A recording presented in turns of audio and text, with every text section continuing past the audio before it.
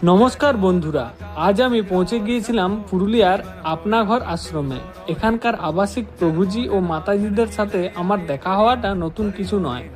বহুদিন ধরেই আমি এই সংস্থার সাথে যুক্ত, কিন্তু আজকের দিনটা ছিল একেবারেই অন্যরকম, কারণ আজ আমি এখানে ছিলাম একজন বিশেষ অতিথি হিসাবে।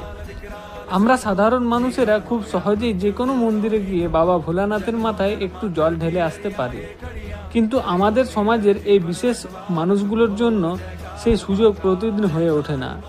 তাই প্রতি বছরের মতো এবছরও আপনা ঘর আশ্রমের তরফ থেকে আশ্রমের সমস্ত প্রভুজি ও মাতাজিদের জন্য এক বিশেষ রুদ্রাভিষেকের আয়োজন করা হয়েছিল। আশ্রমে পা দিয়ে যে ভক্তি আর আনন্দের পরিবেশটা দেখলাম, তা সত্যি ভাষায় প্রকাশ করার মতো নয়।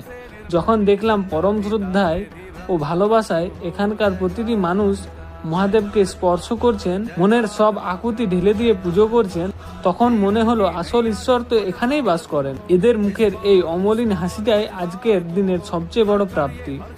আপনা ঘর আশ্রম যেভাবে নিঃসঙ্গ মানুষগুলোকে আপন করে নিয়েছে, তাদের আর্থিক ও সামাজিক চাহিদাগুলোর খেয়াল রাখছে, তা সত্যিই প্রশংসনীয়।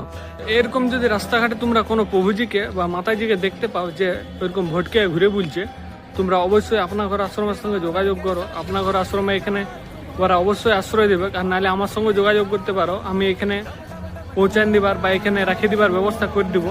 তো ঠিক আছে, অবশ্যই তোমরা আমার সাথে যোগাযোগ করবে যদি পুরুলিয়ার যে কোনো প্রান্ত থেকে এরকম লোকজন দেখতে পাও যে এরকম ঘুরে বুলছে। তাদেরকে ঘর পৌঁছানোর দায়িত্ব আপনা ঘর আশ্রম অবশ্যই নেবে।